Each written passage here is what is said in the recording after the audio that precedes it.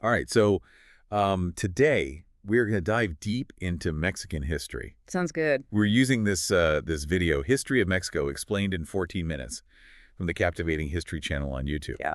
And it's really fascinating stuff. It is. I got to say, like, in just preparing for this, I realized there's so much I either never knew or completely forgot about Mexico's past. Yeah, I think that's pretty common. Mexican history tends to get like overshadowed by the stuff we learn in school, about European history. Right. But it's really amazing how much of it like developed totally on its own, especially in the early days. Yeah, like while empires were rising and falling in Europe and Asia, you had these completely separate civilizations thriving in Mexico. Right. And they came up with their own unique advancements. Exactly. We're talking advanced writing systems, intricate math, detailed astronomical observations, sophisticated calendars, and impressive architecture, Oh. all developed without any influence from the old world.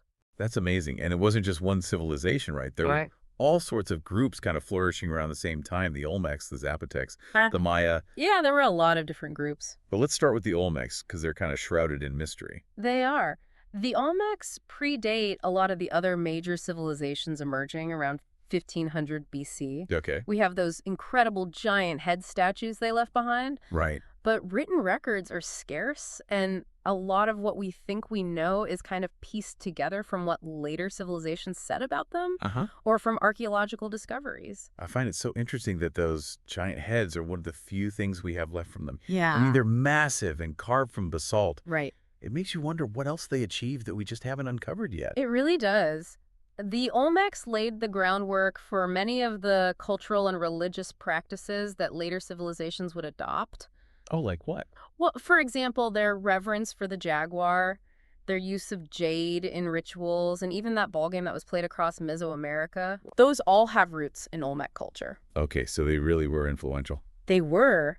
It's fascinating to think of them as the cultural forefathers of so many civilizations that followed. So speaking of civilizations that followed, the video mentions Teotihuacan, this massive city that thrived at about the same time that early Christianity was spreading in Europe. Right. What do we know about who actually built Teotihuacan? Well, that's the big mystery, isn't it? Yeah. Some scholars think it might have been the Olmecs, Okay. but the timeline doesn't quite line up.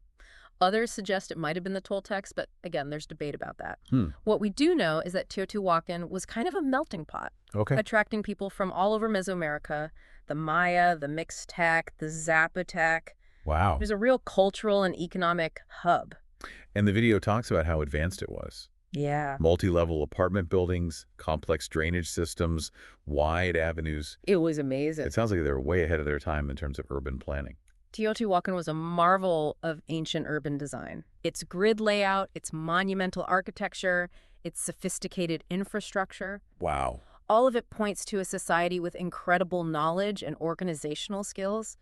It really challenges our preconceived notions of what ancient civilizations were capable of. So this all came crashing down when the Spanish arrived. Yeah. The video focuses specifically on Hernán Cortés and his conquest of the Aztec Empire. It mentions that Cortés landed in Mexico on April 22, 1519, which happened to be Good Friday. That date's significant for a couple of reasons. Like what? Well, first, it really highlights that clash of cultures that was about to unfold. To the Aztecs, Cortés' arrival during this big religious festival might have seemed like a really bad omen. Yeah, I can imagine. While to the Spanish, it was just another day, in their quest for gold and glory. Yeah. And second, it really kind of sets the stage for a series of events that would just completely change the course of Mexican history. And Cortés was really savvy. Oh, He saw how divided all the different indigenous groups were. right. And he really used that to his advantage. He was a master manipulator and strategist. He knew that the Aztecs had a lot of enemies, and he really cleverly exploited those rivalries to forge alliances with groups who resented Aztec rule. So he was playing the long game. Oh, yeah. This allowed him to amass a really powerful army, Made up of... not only of Spaniards, but also indigenous allies. It's almost ironic that the Spanish were at the same time so impressed by the Aztecs' advancements, Yeah. but also just completely determined to conquer them. Totally. They were dazzled by its size, its beauty, its sophisticated systems of canals and bridges. Yeah, the video describes how awestruck they were by Tenochtitlan, the Aztec capital. Right. They were comparing it to the great cities of Europe. But in the end, their greed and ambition were stronger than any sense of wonder or respect they may have felt. Yeah. They were driven by the promise of riches and the desire to expand their empire. And that led to the fall of Tenochtitlan. It did. The video describes it as just this brutal siege. Yeah. With the Spanish and their allies just destroying the city. It was a bloodbath. Yeah. It mentions this really chilling image from a codex that shows a defeated Montezuma, Right. the Aztec emperor, being led out of the burning city by Cortés. The fall of Tenochtitlan was a huge turning point in Mexican history. It wasn't just a military defeat. Right. It was a cultural and spiritual cataclysm. Yeah. The destruction of the city, the massacre of its inhabitants, the desecration of their temples. Yeah. These events left a deep scar on the collective memory of the Mexican people. It also ushered in the colonial era, 300 years of Spanish rule. Right. That had a devastating impact on the indigenous population. It did. The Spanish forced their language, their religion, their customs on the native people. Right. Traditional ways of life were disrupted, and indigenous populations were decimated by disease and forced labor. It's a really dark period. It was a period of profound transformation, often marked by violence and oppression. But even facing all that, the spirit of resistance never really died out. No, it didn't. The video mentions figures like Father Miguel Hidalgo and Father Jose Maria Morelos, these priests who led early uprisings against Spanish rule. Hidalgo and Morelos represent that enduring struggle for freedom and self-determination that you see throughout Mexican history. Yeah. They inspired generations of Mexicans to fight for their rights and their cultural identity. I was really struck by Morelos' quote. Which one? He said, "Long live Spain, but a sister Spain, not one dominating America." I love that quote. It shows that he wasn't completely against Spain. Right. He just wanted a more equal partnership. Exactly. He envisioned a new kind of relationship, one based on mutual respect and cooperation, not domination and exploitation. Yeah. It was a radical vision for its time, and it continues to resonate today. And under Morelos' leadership, Mexico adopted its first flag, an eagle perched on a cactus. Such a powerful symbol. Yeah, symbolizing the legend of Tenochtitlan's founding.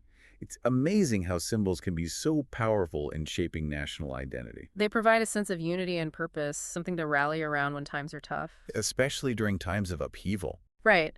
And that eagle on a cactus became a powerful symbol of Mexican independence, a visual representation of their fight for freedom. And that struggle eventually led to Mexico achieving independence on September 27, 1821. A hard-won victory. But as we'll see in the next part of our deep dive, gaining independence was really just the beginning of a long and complex journey for Mexico. It was just the start of a new chapter, filled with its own set of challenges and triumphs. It's true, though, achieving independence didn't just magically make all of Mexico's problems disappear. Yeah, it definitely didn't. It actually created a whole new set of challenges, Right. as the nation tried to, figure out its own path forward in a world that was still pretty much dominated by European powers. Yeah, the video highlights those early years after independence as being super turbulent with all kinds of internal power struggles, shifting political alliances, and some decisions that, looking back, seem pretty questionable. Yeah, one example that comes to mind is the whole issue with Texas, Okay. which was at the time part of Mexico. The Mexican government really wanted to encourage settlement there, Yeah. but they went about it in a way that totally backfired. The video doesn't hold back when it describes how they actually offered bounties for Native American scalps, Yeah. targeting tribes like the Comanche, Cherokee, Apache, and others. It's a dark chapter. It really is. Yeah. It's disturbing to think about that even in moments of liberation and achieving independence, Right. that the cycle of violence can be so hard to break. Yeah, it speaks to those complex dynamics at play, Uh-huh. On the one hand, you have this brand new nation trying to assert its control over its territory. But Right. on the other hand, you have these really deeply ingrained prejudices Yeah. and this brutal way of dealing with indigenous populations. And then you add American settlers into the mix, Yeah. and it just becomes this recipe for conflict. Exactly. The video specifically mentions Stephen Austin, Oh, yeah. who led a group of American families into Texas in the 1820s. Austin and his followers got permission to settle from the Mexican government. Okay. But there were some conditions. Like what? Well, one of the big sticking points was slavery, which Mexico had officially abolished, Right. but a lot of the American settlers were from southern states There we are. and relied on slave labor. So they weren't happy about that. No, they basically ignored the Mexican government's ban and brought enslaved people with them into Texas. So you have this growing tension, right, Uh-huh. between the Mexican government trying to enforce its laws Right. and these American settlers who are becoming more and more resistant to Mexican rule. That tension reached a boiling point when Mexican President Vicente Guerrero officially outlawed slavery Okay. in all Mexican territories, including Texas. So that was the final straw. Pretty much. The American settlers, who by this point had a really strong presence in Texas, Yeah. saw this as a direct threat to their way of life. And this is what led to the Texas Revolution. Exactly. The video talks about the Battle of the Alamo, Right. which became a rallying cry for Texan independence. The Alamo was a turning point. Yeah. Not just for Texas, but for Mexico, too. I hope so. Well, the defeat of the Texan rebels, even though it was a victory for the Mexican army, Right. it actually ended up fueling the resistance and really helped to get support for Texan independence. So it backfired on Mexico. Yeah, for Mexico, it was a huge loss, Ah. both in terms of territory and, psychological. It must have been a blow to their national identity. Oh, it was. They had just won their own independence, and now they were losing a big chunk of their territory. Right. It threw Mexico into a bit of an identity crisis. Yeah. They were a young nation still trying to define themselves, Right. and then they're hit with this external threat that made them question their ability to hold on to their land and really assert their own sovereignty. But even with all that turmoil, the video points out that some figures emerged who were trying to unify the country and create a sense of national pride. Yeah. It mentions Antonio López de Santa Anna, who, despite his controversial legacy, played a part in fostering that national unity. Santa Anna is a complicated figure. In what way? Well, he was a talented military leader who fought for Mexican independence. Okay. But he was also known for being authoritarian and for his role in losing Texas. So he was a mixed bag. Yeah. But after the Texas Revolution, he saw how important it was to bring the Mexican people together Okay. and give them a shared identity. So what did he do? He led campaigns to try and get back lost territories. Uh-huh. He promoted national symbols. He even held a contest to choose a national anthem. Wow. So he was really trying to boost morale. He was, and his efforts, even if they weren't perfect, did help to create some sense of national unity during a time when things were pretty fragmented and uncertain. So even as Mexico was dealing with all this internal division and these threats from outside, there was this push to create a shared purpose and a sense of who they were as a nation. Exactly. But the video also talks about how this period was full of power struggles between these conservative and liberal factions. It makes you wonder if those divisions made Mexico more vulnerable to foreign intervention. I think they definitely played a part. When a country is divided internally, it creates opportunities for outsiders to come in and exploit those weaknesses. Right. And in Mexico's case, these divisions made it really hard for them to present a united front against those who wanted to take advantage of their instability. And that leads us to the French intervention in the 1860s.